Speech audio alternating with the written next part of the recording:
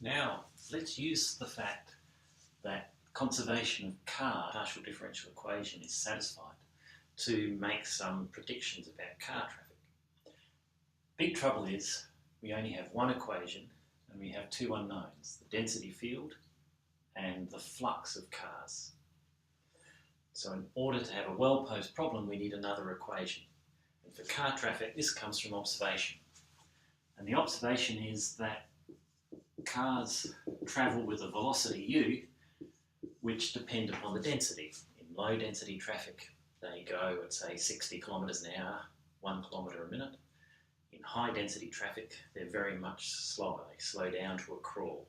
If it's too dense, it just stops. So that can be summed up by this rule, that the velocity is 1 minus rho over 140, and that's in kilometres per minute. What's 140? This is the density at which the car traffic jams up and all the cars stop. So 140 cars per kilometre means about each car has about 7 metres, and this is pretty typically right. So each car is 4 or 5 metres long, there's a couple of metres gap. That's the typical high density traffic of cars you get when they stop. Okay, now if cars are travelling at velocity u, which is 1 minus rho over 140, we can eliminate the flux, because that tells us that the flux, Q, is going to be the density of the cars times the velocity at which they're travelling. Simply because the more cars, or the denser the cars are, then you'll get more flux past a point for any given velocity u. Or alternatively, for a given density, the faster the cars are travelling, you'll get proportionally more flux. So it has to be this product rule. And now we know what u is from observation. So this is rho into 1 minus rho over 140, or rho minus rho squared on 140. So this now allows us to eliminate q from the partial differential equation. So substitute this into there, and we know that d rho dt plus d by dx of rho minus rho squared on 140 has to be 0. Now let's differentiate this using the chain rule, because the density depends upon x as well as t. d rho by dt plus d rho by dx minus derivative of this is 2 over 140. Derivative of the rho squared, so rho d rho by dx, and that has to be 0. You can see there's a common factor of d rho by dx there, so let's write this as d by dt plus 1 minus rho over 70 d rho by dx is 0. And this is the car traffic equation for the density given this observation. This observation is not quite right, but it's pretty close. Now, our next challenge, given that equation, what are some solutions? Right, the basic method of finding a solution is to linearise, and in order to linearise we need to find an exact solution about which to linearise. So one exact solution is this one, that the car traffic density is constant, namely rho star. You just substitute rho is constant in this equation, the two derivatives is both 0, so both terms are 0, and we have 0 is 0. This is an exact solution. Now let's look what happens to perturbations. So we seek the density rho of xt to be constant plus a small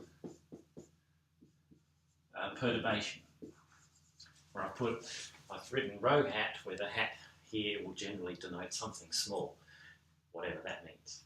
We'll see in a minute.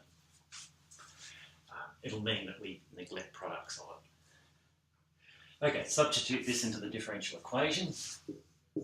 d by dt of rho star plus plus rho hat plus 1 minus rho star plus rho hat over 70 d dx of rho star plus rho hat has to be 0. Now, in these derivatives, rho star is constant, so d dt of it is 0. So we have d rho hat dt plus 1 minus rho star over 70 minus rho hat over 70 times d dx of rho star is 0. And so we've just got d dx of rho hat. That has to be 0. Now, in this equation, we've got a product of small things. We've got that rho hat times that d rho hat dx. So we neglect that. That's linearisation. So we write d rho hat dt plus this constant, which we will now call c star d rho hat dx is approximately 0. And this now is a linear equation that we can solve. Because although nonlinear equations are hard, linear ones are good. So, what sort of solution can we find of this linear equation? The answer is there's a very famous one coming from D'Alembert, and it's this. The solution is, or a solution is, that the density is f of x minus c star t for any general function f, as long as it's differentiable. Okay, so let's just check that that works. So first thing is the differential equation was in rho hat, but recall that d rho hat dt is the same thing as d rho dt because rho star is a constant, and so we can switch from rho hats to rho. So the differential equation we derived is the same thing as saying d rho dt plus c star d rho dx is 0, approximately. Now substitute this D'Alembert solution. Okay, to do that we need to know d rho by dt, so that's d by dt of f of x minus c star t, so that's d by dt of this function, that's f dash, times the derivative of what's ever inside there with respect to t, differentiate this with respect to t, and we just get minus c star. The other thing that appears in this equation is d rho dx, where now rho is some function f, differentiated gives f dashed of x minus c star t, times the derivative of the argument with respect to x, which is just 1.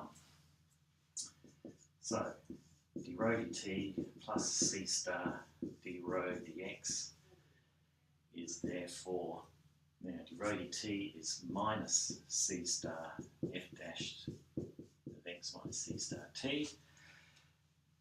And then we've got plus c star d rho dx. So plus c star d rho dx is 1 times this. So that's f dashed minus c star t.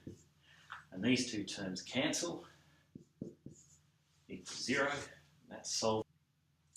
And what this solution for all f, and what this solution means is that the general solution of the partial differential equation is that the shape f of x just propagates at a speed c in time, because c star t is just